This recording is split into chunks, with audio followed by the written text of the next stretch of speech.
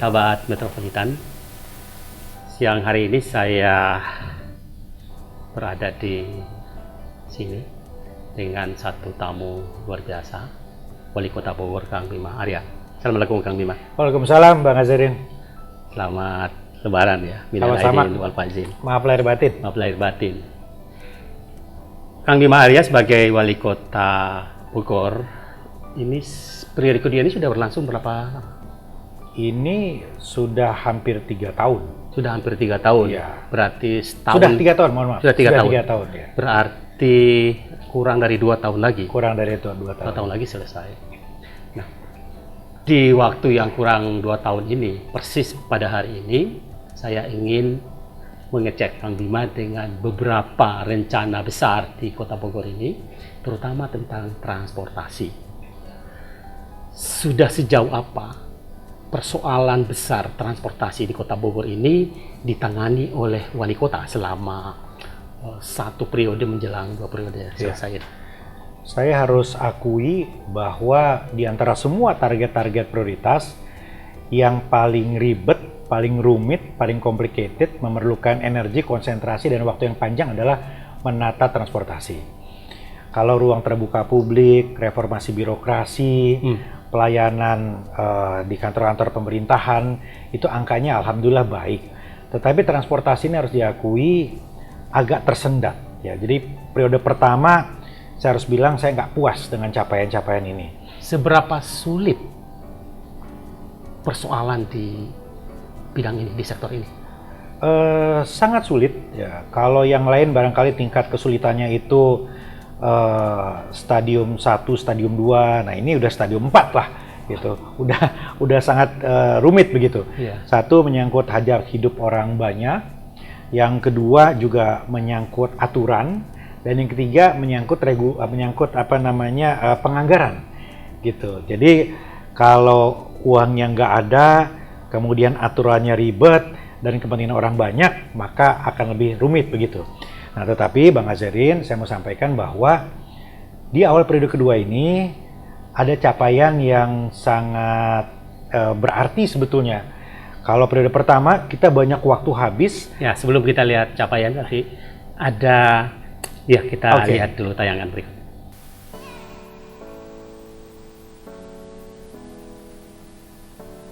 Bogor, namanya tidak pernah lepas dari julukan kota sejuta angkot. Hampir di setiap sudutnya, kendaraan umum yang kerap berhenti semaunya itu terlihat mangkal. Di pasar, stasiun, dan pinggir jalan, selalu ada saja angkot yang ngetem sembarangan.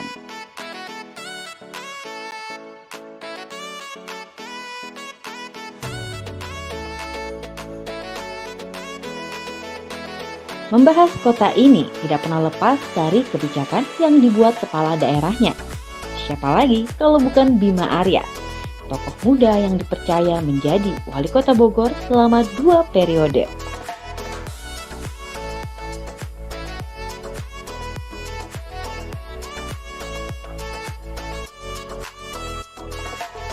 Sejak awal kepemimpinan Bima Arya, masalah kemacetan dan penataan transportasi serta angkutan umum menjadi prioritasnya. Semua dilakukan untuk mengubah stigma negatifnya sebagai kota angkot yang kerap kali membuat kemacetan.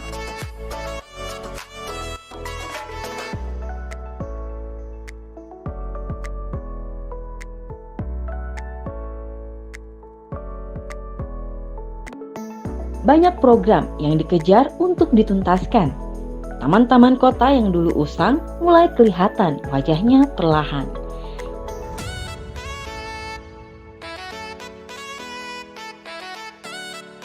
Kemacetan yang dulu sering terjadi di depan Istana Bogor juga berhasil diurai lewat kebijakan sistem satu arah. Tapi, apakah masalah kemacetan selesai begitu saja? Tentu tidak.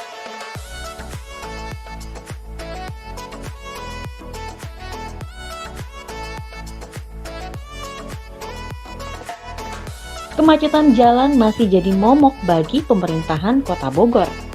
Salah satu penyebabnya adalah angkot yang kerap asal berhenti untuk membawa ataupun menurunkan penumpang.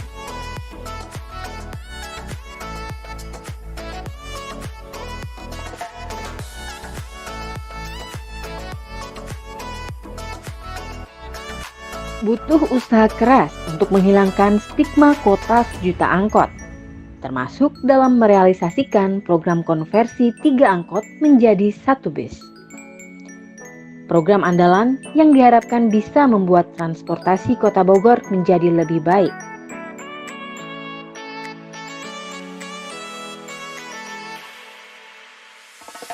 Akankah program prioritas tersebut tercapai hingga sisa masa jabatan Bima Arya?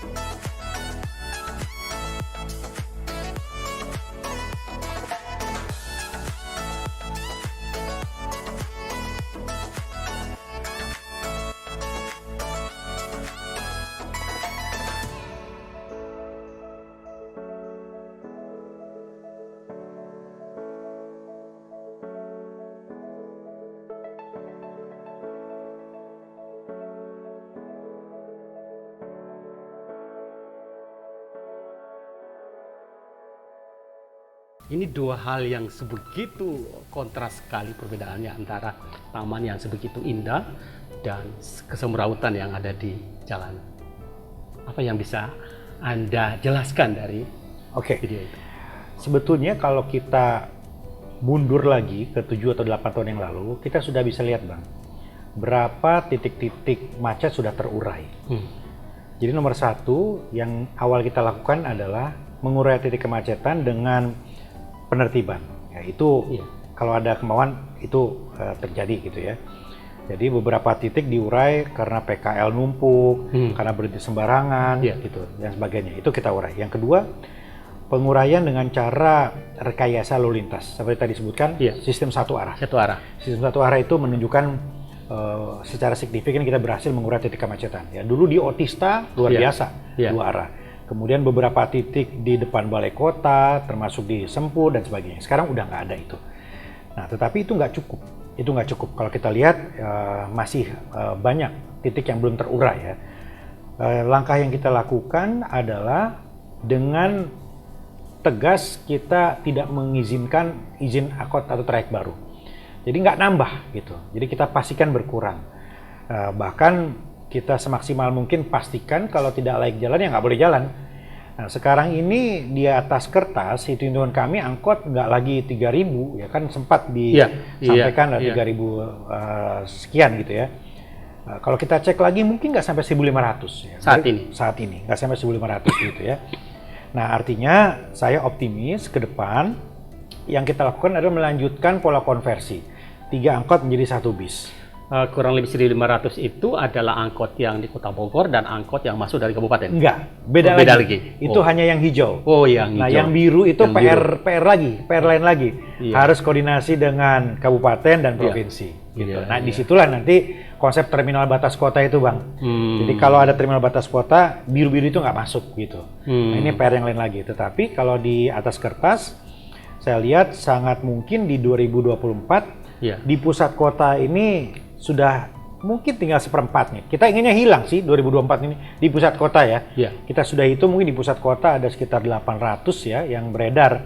Nah, kalau pola konversi 3 dan 1 ini berjalan maksimal, ditambah lagi tidak melanjutkan trayek yang ada yang sudah lebih 20 tahun kita scratch. Sebentar, dari 3.000 kurang lebih menjadi 1.500, kurang lebih 1.500.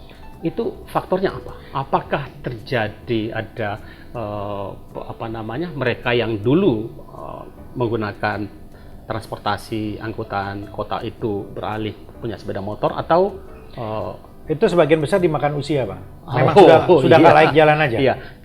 Karena tidak mengeluarkan izin baru. Nggak ada izin baru, nggak bisa jalan lagi, ya sudah gitu. Iya. Nah, kemudian seberapa hasil dari rencana mengintegrasikan 3 menjadi 1? Oke. 3-1 ini adalah program dari Badan Pengelola Transportasi Jabodetabek, BPTJ. Anggarannya juga terbatas ya. Sejauh ini ada 47 bis masuk. mengkonversi sekitar 150 angkot. Nah, tahun ini kita Bis itu maksudnya bis kita. bis kita, Oke. gitu. Nah, artinya kan tadi angkotnya aja masih 1000. Ya, berarti diperlukan paling tidak 300 bis. Nah, jadi ini harus dikombinasi. Nah, sebagian melalui program konversi, sebagian lagi nanti melalui rerouting, artinya nggak boleh nanti angkot akan masuk ke pusat kota, Ya. akan dibatasi saja. Nah, sebagian lagi adalah di scratch. Jadi kita cek lagi, begitu kelihatan sudah kadaluarsa, sudah tegas saja. Nah, kira-kira 3 kombinasi pendekatan itu supaya kita pastikan di 2024 angkot ya maksimal seperempatnya lah. Kita pengennya hilang, tapi maksimal seperempatnya lah di pusat kota. Sudah jauh berkurang. Ya. Nah, angkot yang warna hijau itu sejak dari beberapa bulan yang lalu, bis Iya. kita ya. Iya. Bis kita ini kan juga sebetulnya sebelum bis kita ini kan ada namanya apa tuh sebelum Transpakuan ya, sebelum Iya. itu ada Transpakuan. Tapi Transpakuan ini juga dalam perjalanan mandek. Kita lihat dalam banyak hal, ada direksinya mundur Iya, atau iya. manajemennya atau pendanaan dan lain-lain. Persoalan paling besar di transportasi massal yang punya kota ini apa? Transportasi itu bukan program untung. Transportasi adalah tentang subsidi. Problem terbesar Transpakuan adalah biaya operasional yang mahal. Ya, sedangkan kemudian tidak ada pemasukan yang pasti saat itu. Nah, jadi bisa tekor. Kalau penumpangnya kurang, operasional gede, maka akan tidak terawat. Nah, program bis kita ini kita sudah memiliki dana yang sudah pasti karena dibayar per ritase, rupiah per kilometer. Nah, jadi dari BPTJ Iya. sudah ada anggaran, kalau jalan sekian kilometer itu dibayar. Jadi supirnya digaji, kilometernya dibayar, kira-kira begitu. Nah, jadi subsidi ini dari pemerintah pusat jalan terus karena anggarannya ada. Bis kita ini masih subsidi pemerintah pusat. Subsidi pemerintah pusat, ya. Argonya dibayar pemerintah pusat juga. Dibayar oleh pemerintah pusat, begitu. Ya. Nah, program ini ada di beberapa kota, Ya. tetapi yang dinilai paling berhasil adalah Kota Bogor. Karena di tempat-tempat lain penumpangnya nggak sebanyak Kota Bogor. Nah, Kota Bogor ini karena ditunggu, jadi kapasitas penumpangnya jauh di atas kota-kota lain. Ini masih free, masih gratis. Masih gratis. Sampai kapan gratis? Nah, ini kita terus koordinasi dengan pemerintah pusat gitu ya. Yang harus dipastikan adalah status dari Perumda ini ya. Apakah bisa kemudian sudah cukup untuk bisa menerima pemasukan dari tiket gitu. Ya. Nah, tapi menurut saya problem apa yang paling besar dalam mengelola transportasi publik di Kota Bogor ini yang punya pemerintah Kota Bogor ini? Karena dulu direksinya mundur. Iya. Kemarin direktur yang perempuan mundur. Sekarang ini baru lagi. Ini persoalannya apa? Apakah faktornya manajemen, faktornya atau mereka ini tidak mendapatkan selera yang layak karena mereka profesional, atau ada faktor yang lain? Nah, kalau soal mundur itu Bang, memang harus kita lihat kasus per kasus ya. Kalau dulu Pak Krisna memang perjanjiannya cuma sementara. Saya dipinjamkan sebetulnya Pak Krisna itu untuk menangani PDJT saat itu. Yeah. Jadi memang tidak diplot untuk jangka waktu lama. Kira-kira tim penyelamatan lah waktu itu Pak Krisna ya. Nah, kalau Bulis ini memang ada pertimbangan-pertimbangan yang sifatnya lebih pribadi dan keluarga. Jadi saya kira belum tentu juga kasus-kasus itu mencerminkan menggambarkan hal yang sama ya tentang persoalan yang akutnya. Tetapi harus saya akuin bahwa ini BUMD paling ribet, paling rumit, paling menantang. Uangnya nggak ada, masalahnya banyak, permintaan atau harapan pun tinggi. Jadi kalau nggak kuat mental, nggak kuat iman, ya bisa mental juga di situ. Kira-kira begitu ya. Jadi kuat mental, kuat iman ya. Iya. Nah, tetapi saya lihat titik terang itu sudah ada. Kenapa? Karena satu, ada program bis kita yang sudah pasti disubsidi oleh pemerintah pusat. Yang kedua, sudah mulai terlihat bagaimana pola bisnis yang ada. Dengan memaksimalkan aset yang ada, kita bisa bekerja sama dengan pihak ketiga, misalnya bisa bengkel, kemudian bisa juga shelter-shelter dikomersialisasikan untuk branding, advertising, dan lain-lain, kira-kira gitu. Ada catatan nggak kira-kira masyarakat Kota Bogor ini yang naik kelas dari angkot, kemudian mereka lebih ke ini, atau punya Ada. ada. Jadi gini, saya cerita sedikit Bang. Di awal-awal itu kita agak khawatir. Penumpangnya banyak ya, tetapi kok malah ramenya itu di siang hari. Harusnya kalau normal Iya. itu di pagi dan di sore, orang berangkat dan orang pulang. Muncul kekhawatiran besar, wah jangan-jangan nih emak-emak jalan-jalan aja penumpangnya. Iya. Seperti zaman ketika MRT baru Iya. di Jakarta kan, Iya. orang-orang jalan-jalan semua. Tetapi kemudian data menunjukkan hal yang membuat kita jauh lebih optimis. Berangsur-angsur emak-emak jalan-jalan ini berkurang, Iya.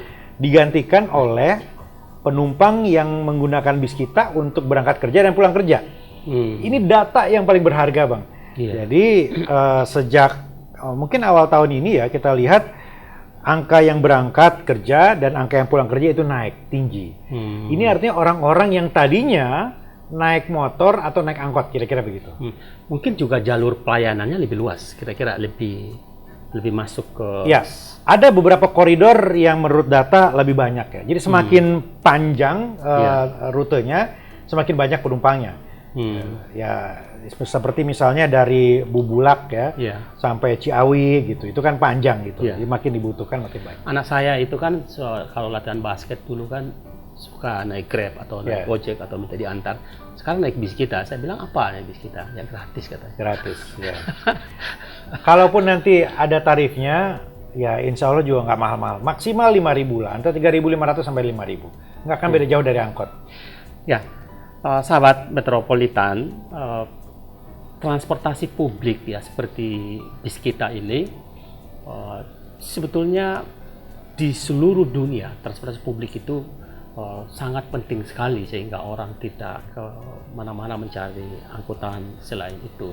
Dan di Bogor saya melihat bis kita ini salah satu model ya yang sangat menurut saya perlu terus dikembangkan. Tetapi model ini tidak nanti sebentar lagi diganti lagi, ini dipertahankan saja dulu, nanti kita lihat kesananya seperti apa.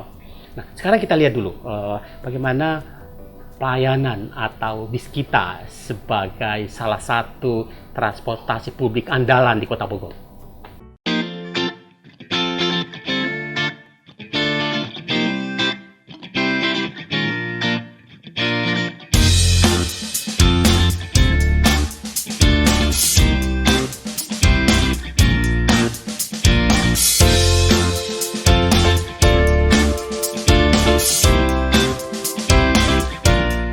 Pelayanan angkutan umum massal bis kita Transpakuan dihadirkan dengan standar pelayanan yang jauh lebih baik dibandingkan angkutan konvensional. Sejak diluncurkan pada November lalu, layanan angkutan umum massal perkotaan ini mendapat sambutan sangat positif dari warga Kota Bogor. Ini ditunjukkan dari kenaikan jumlah penumpang yang cukup signifikan. Lalu, bagaimana sebenarnya komentar warga Bogor mengenai kehadiran bis kita sejak beroperasi pada November lalu? Kehadiran bis kita ini sangat membantu ya Mas ya, membantu untuk pilihan moda transportasi untuk warga Bogor. Alhamdulillah ya untuk bis kita sangat membantu gitu untuk masyarakat, lebih ke untuk nggak antri-antri naik angkot gitu loh.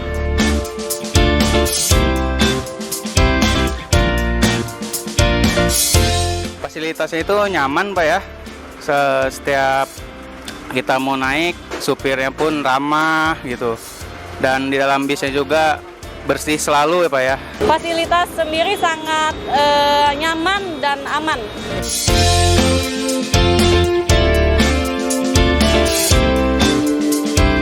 Harapannya agar lebih banyak lagi bis kita, apalagi untuk ke kabupaten. Kita sangat-sangat ingin bis kita itu sampai ke kabupaten. Harapannya sih sekarang kan masih programnya itu gratis ya Pak ya. Nah semoga aja harga tarifnya itu tidak terlalu mahal.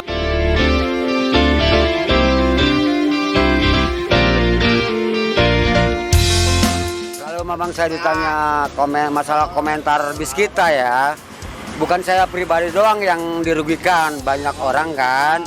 Semua orang dirugikan, bukan saya aja. Pendapatan yang turun drastis adanya dia kan. Nah makanya saya juga mau minta tolong kepada siapa ini, gimana caranya kalau dihentikan gitu. Dari saya belum nikah, sekarang udah punya cucu bawa angkot. Nah baru ngalami seperti inilah yang paling pahit lah gitu ya. Daripada penghasilan saya, jangankan buat cari apa-apa, buat makan pun susah. Nah, makanya saya minta tolong kepada yang berwenang.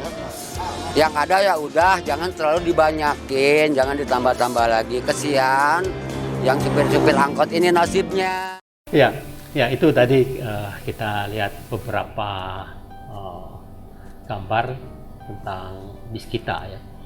Tapi bis kita ini kan sebetulnya apa? Program subsidi sebetulnya ya. Kalau pemerintah Kota Bogor sendiri mungkin tidak punya kemampuan finansial untuk membeli atau menggunakan bis dengan jumlah 30-an itu ya. Kedepannya seperti apa? Apakah subsidi ini masih terus pemerintah pusat ke pemerintah Kota Bogor ini, atau pemerintah kota? Sebagai gambaran Bang, untuk Transjakarta saja sampai sekarang itu masih disubsidi, gitu ya. Bahkan pemerintah Provinsi Jakarta terus menambah subsidinya begitu. Nah, bis kita ini ke depan, ketika armadanya sudah semakin banyak, maka kita akan berharap ya pemasukan semakin banyak dan unit bisnis pun berkembang. Perlahan-lahan kemudian subsidinya itu akan dikurangi dari pemerintah pusat. Ya, kemudian dari PAD kita, dari APBD kita mungkin akan ditambah. Ya, jadi polanya akan seperti itu. Tetapi di seluruh dunia nggak ada yang nol subsidi, itu nggak ada. Pertanyaannya lebih ke berapa besar subsidi yang diberikan, dari mana aja. Ya, saya membayangkan ke depan subsidi pemerintah pusat dikurangi, subsidi dari APBD agak ditambah sedikit gitu. Tapi sekarang ada subsidi pemerintah dari pemerintah daerah? APBD? Nggak ada. Nggak ada sama sekali. Kita lebih kepada membangun infrastruktur yang tadi, kayak membangun shelter dan lain-lain, ya itu dari kita. Gitu. Tapi ke depan sangat mungkin ya kita alokasikan subsidi itu apabila APBD kita memungkinkan. Ini kan masih pandemi ya Bang ya, masih banyak yang dirasionalisasi. Gitu. Ini benturan yang paling besar dalam hal pelayanan publik atau transportasi publik ini, apakah kultur masyarakat atau ekonomi atau ada faktor lain? Ekonomi sebetulnya ya, seperti tadi kita lihat pernyataan dari teman-teman pengemudi angkot gitu ya, itu kita siapkan ya. Kan supir angkot bisa kemudian menjadi supir bis dengan catatan batas usia nggak lewat gitu ya. Dan yang tapi kedua, kalau Bapak tadi udah lewat. Udah lewat jauh. Nah, tapi bagi batas usia yang sudah lewat, ini masih bisa direkrut. Ada kebutuhan untuk mekanik misalnya, ada kebutuhan juga untuk administrasi gitu. Kita coba itu. Nah, jadi yang paling penting kita siapkan. Tapi sudah pasti nggak mungkin semua diakomodir kan Pak, Bang Azrin ya. Jadi paling tidak kita siapkan apa saja yang bisa kita akomodir. Ya.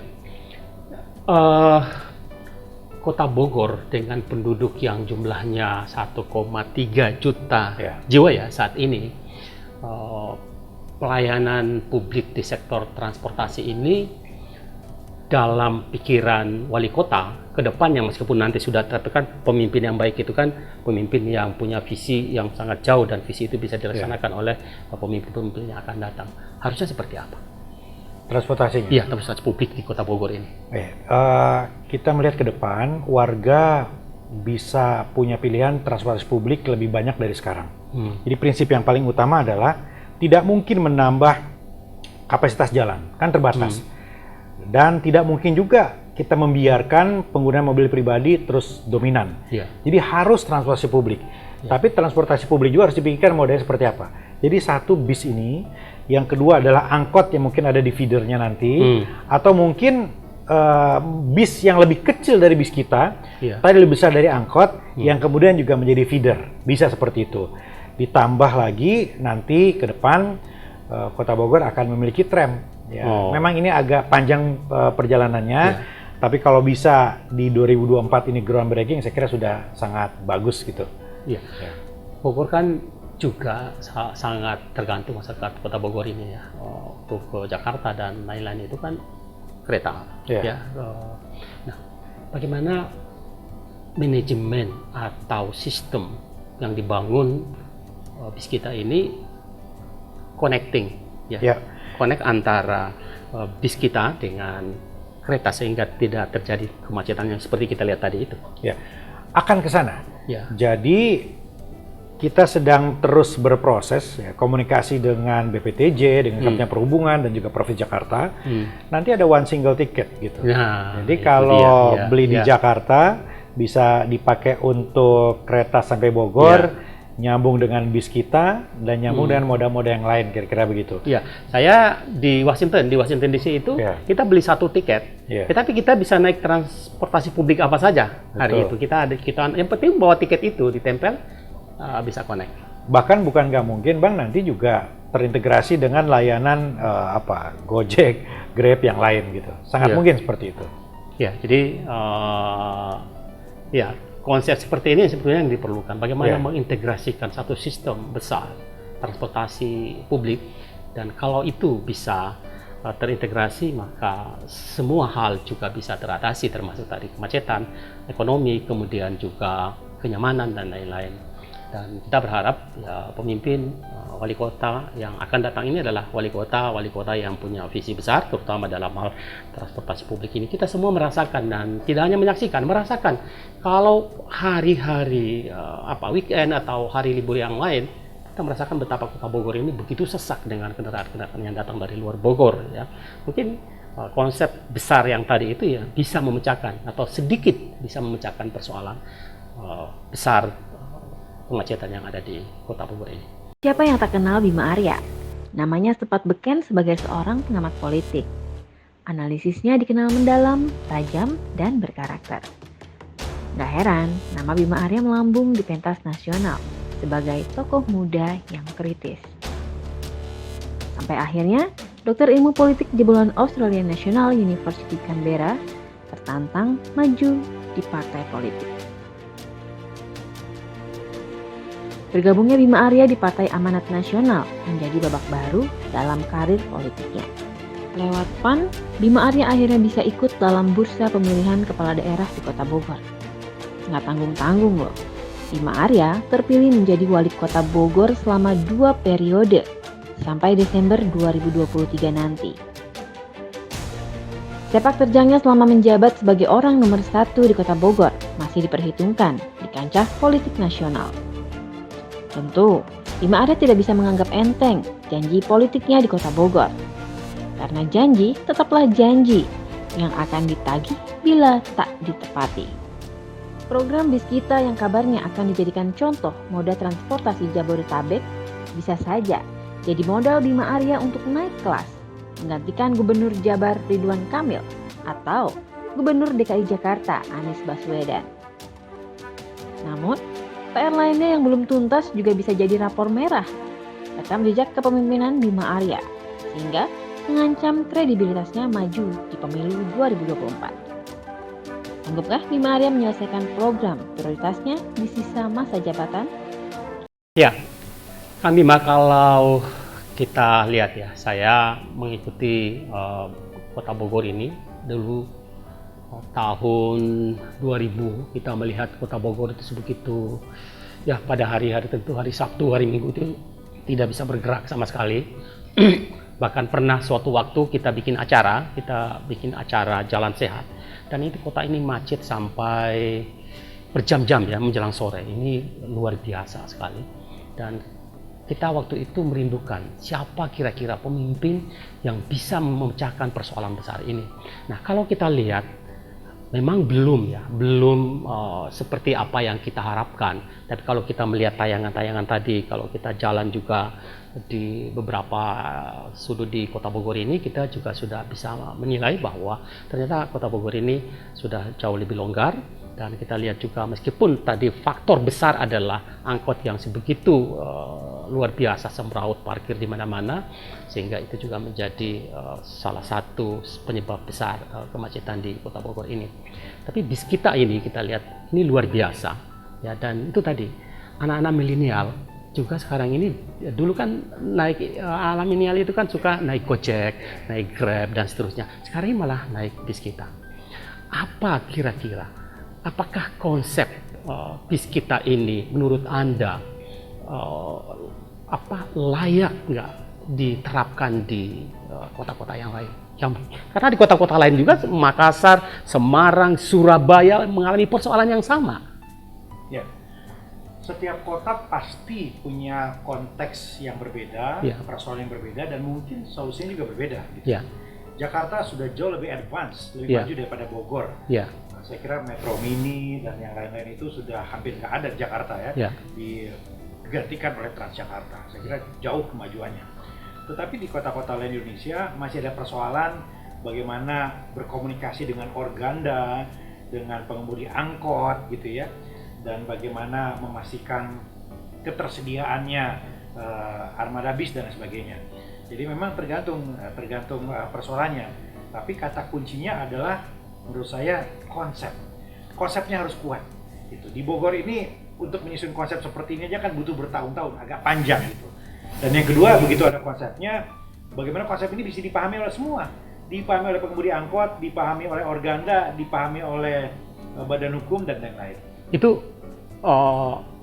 Anda harus bertemu dengan pihak-pihak itu. Ya 8 tahun ini ya seperti itu Bang prosesnya gitu. Jadi di sub dengan organda, dengan berbagai macam stakeholder, terus-menerus mencari format gitu. Sampai hari ini pun pasti masih ada ketidakpuasan. Ya letupan-letupan itu ada. Tapi begitu ada letupan, ya kayak kemarin kan ada protes, harusnya shelter bis kita tidak di sini. Turun, dialog, persoalan selesai gitu. Jadi kata kuncinya adalah dialog terus-menerus. Ya, memang salah satu kelebihan Kang Bima memimpin Kota Bogor ini adalah berinteraksi dengan pihak-pihak lah. Dan ada satu hal nanti sebentar saya akan tanyakan ke Kang Bima, persoalan paling besar di Kota Bogor yang bertahun-tahun tidak pernah selesai dan akhirnya bisa selesai. DKI oke, ya, DKI sudah bisa mengatasi persoalan transportasi ini dengan Transjakarta misalnya. Tapi kota-kota Semarang juga saya lihat, tapi masih semrawut saya lihat. Kemudian di Surabaya juga mungkin ada hal yang sama, tapi kemacetan juga belum terselesaikan, tak menjadi masalah. Nah, sekali lagi, Anda punya pandangan apa? Atau punya pesan apa yang Anda bisa berikan dengan keberhasilan yang ada di Kota Bogor yang sebetulnya masih awal ya dengan bis kita ini terhadap daerah-daerah yang lain? PR terbesar dari pemerintah adalah bukan sekedar memindahkan orang yang tadinya naik angkot, naik Gojek ya, menjadi naik bis ya. Tetapi justru orang yang tadinya naik mobil pribadi, motor pribadi begitu. Nah, di Jakarta itu sudah mulai gitu, tetapi belum semua. Ada segmen yang tadinya naik Metro Mini kemudian menjadi naik Transjakarta. Ada yang tadinya naik kendaraan pribadi, naik mobil pribadi menjadi naik Transjakarta atau MRT. Tapi kalau kita lihat proporsinya pasti masih belum maksimal. Makanya Jakarta masih banyak titik yang belum terurai. Nah, artinya apa? Dua hal Bang. Yang pertama, armadanya harus cukup ya. Yang kedua, terintegrasi. Ya, kalau armadanya cukup tapi nggak terintegrasi sehingga harus turun jalan jauh, itu repot. Saya lihat Jakarta sudah bergerak menuju konsep TOD yang lebih terintegrasi. Nah, Bogor masih jauh dari terintegrasi. Kita masih belum menyatukan ya, kalau turun di sini naik kemana, nyambung kemana itu belum. Tapi kalau nantinya bis kita sudah beroperasi di banyak koridor, insya Allah ya, wali kota berikutnya sudah lebih bisa menikmati transportasi Bogor yang lebih terintegrasi. Di Jakarta dan sekitarnya sebetulnya persoalan besar juga adalah stasiun-stasiun kereta yang berada di tengah kota ya, sebetulnya itu juga menjadi persoalan. Menurut Anda? Betul. Jadi kemarin saya baru ngobrol dengan Pak Jokowi ya soal penataan Kota Bogor ya. Kami membicarakan konsep stasiun atau terminal ya. Pemikiran kami sama. Ya, sepertinya mungkin terminal besar ini nggak layak lagi di pusat kota, tetapi agak digeser ke pinggir. Salah satu opsi adalah di Ciawi. Ya, kebetulan ada lahan besar di sana dan bisa menggeser mobilitas warga. Jadi kalau warga mau ke Jakarta, ya naik bis kita sampai Ciawi saja, daripada semuanya harus menembus ke pusat kota. Nah, ini kan konteksnya mengurangi pusat kota. Nah, kalau di luar negeri, di negara-negara, di kota-kota besar di Eropa, memang sentral stasiun di pusat kota. Tapi kota mereka besar. Kota mereka besar, kemudian lebih terintegrasi. Nah, Bogor kan kecil. Jadi saya kira muncul pemikiran bahwa terminal A itu nanti tidak di pusat kota, tapi di pinggir. Gitu. Ya, Kang Bima, salah satu persoalan terbesar di Kota Bogor ini yang sangat lama tidak terpecahkan adalah soal GKI Yasmin. Tapi sekarang persoalan itu justru selesai dan luar biasa sekali. Apa resep Anda, apa yang Anda lakukan sampai persoalan besar itu bisa terselesaikan? Satu, pemerintah harus terbuka, nggak boleh tertutup. Semua opsi dibuka, sehingga semua merasa punya harapan. Yang kedua, dialog. Nggak boleh ruang dialog ditutup. Dengan semua harus dialog. Dengan RT, RW, dengan ustadz, dengan kiai, dengan pendeta, dengan LPM, ya, dengan semua unsur pemuda, termasuk dengan ormas-ormas, dengan pemerintah pusat, kementerian harus dibuka dialog sehingga semua kemudian semakin mengkerucut terhadap opsi yang paling baik. Ya, jadi sahabat, persoalan besar di Kota Bogor ini adalah sebenarnya bukan persoalan Kota Bogor saja, persoalan Indonesia dan juga dipersoalkan oleh dunia tentang gereja GKI Yasmin ini. Tetapi setahun yang lalu atau sebelum setahun yang lalu persoalan yang diselesaikan oleh Bima Arya Sugiarto sebagai wali Kota Bogor. Saya sangat salut karena saya juga terlibat di situ. Ya, dan sekarang gerejanya sudah terbangun di tempat lain dan mereka bersedia untuk pindah di tempat lain. Selesai, Pak. Sebentar lagi selesai. 50%. 50%. Iya. Dan masyarakat di sana nggak masalah. Nggak masalah. Nggak masalah. Harmonis. Pemuka-pemuka Islam yang ada di Bogor juga tidak masalah. Nggak masalah. Saling membantu, saling menolong. Luar biasa. Nah, ini ya kita butuh pemimpin yang bisa memecahkan persoalan-persoalan sebegitu rumit ya. Ya, contohnya GKI Yasmin Kota Bogor ini. Bima Arya Sugiarto.